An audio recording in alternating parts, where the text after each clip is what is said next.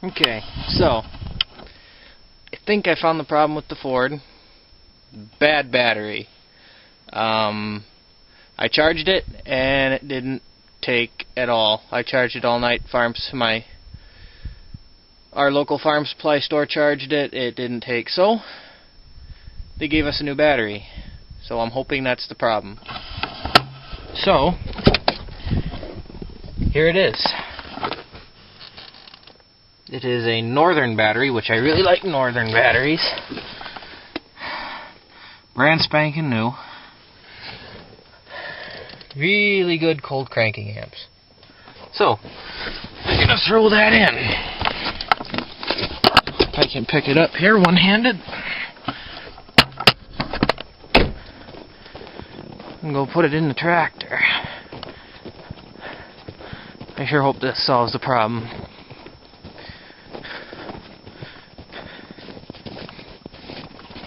So, here we go. We'll set the battery down for a minute. And I'll put you guys where you can watch.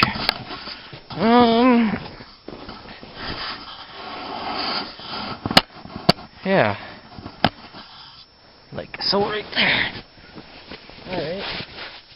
So obviously you can see the battery just slides in right there. We got it all covered in snow. Yeah, it just slides in right there. You got the access panel on top, which is also where you get to your gas. And here's what you're looking at.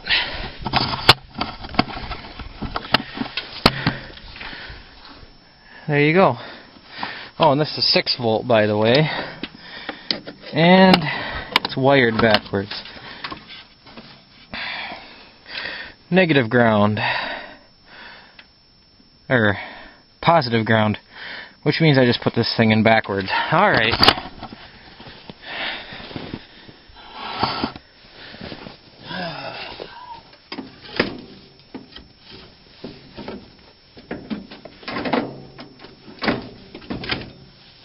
There, now it's right. There you go. Like I was saying, it's wired backwards. Positive ground and negative power. So before I was getting nothing out of this. So we're just gonna see. Turn the power on and just see if she'll crank.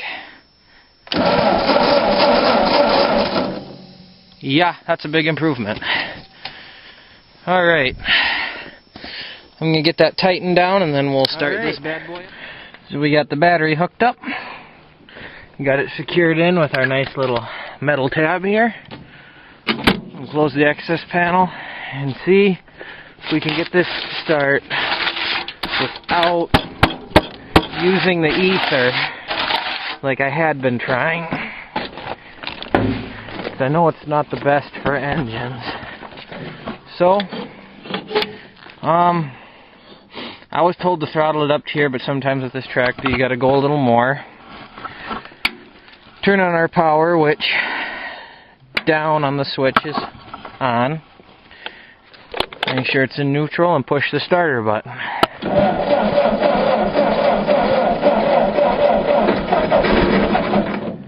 We have some life.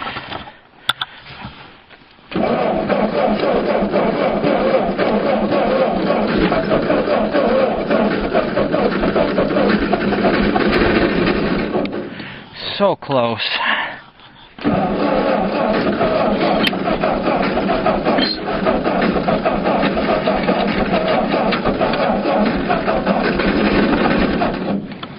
Alright.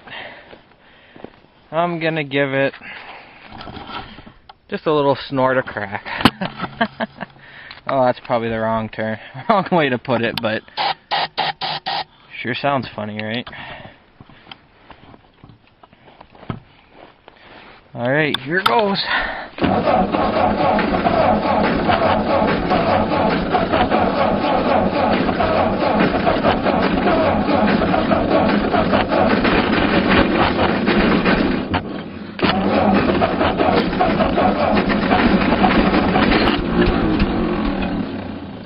Oh baby, here we go, come on.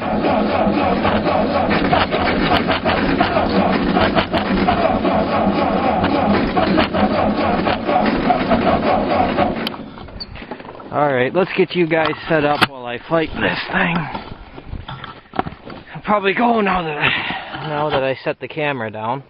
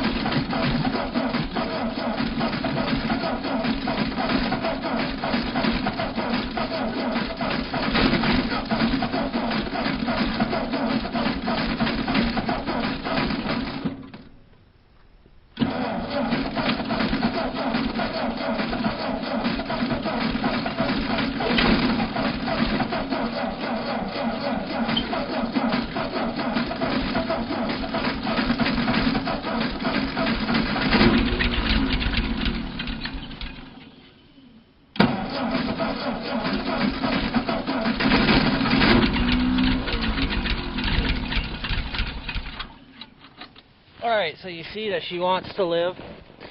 Just so this video don't get so long, I'm going to shut you guys off, and then I'll come back when I get it going. You hear that beautiful sound? It lives! I fought it for a little bit after I shut the camera off, and then it took, and I worked the choke a little bit, and you should have seen the smoke that came out the tailpipe. You'd have swore that thing had a diesel in it. But she's running. Yes. That's what I call a victory. So, now I'm going to get my stuff together, and we're going to head up and get the back. Okay, so, I made it up here, and I'm not going to work on the blade tonight, but I thought I might at least do a quick video, show you what I'm getting, and then do a cold start on the Oliver. So, here we go. Oop, get my finger out of the way. Alright, here's what I'm up here for. 5-foot king cutter blade with shoe mounts on it that I made so that when we're plowing snow we can keep it up off the ground so it doesn't dig in. As you can see here, it fell off of this one because that pin came out there. See that? No good. So I've got the other one. I found it and I found some of the washers. So I bought more washers and I got 2 bolts with lock nuts on them, and that's what's going to go on there. So that's what's happening there. And then here's the Oliver. I just thought, you know what? Why not do a cold start on it for you guys? So we'll get this other shoe out of the way and get this thing started. And that'll be the end of her. Fuel's already on because there's no switch on it. Make sure it's in neutral. Idle it up a little bit and hit the key.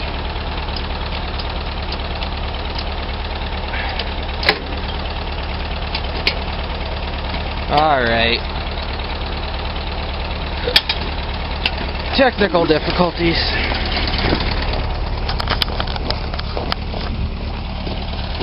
This battery here, I don't know if you can see it, doesn't maintain good contact.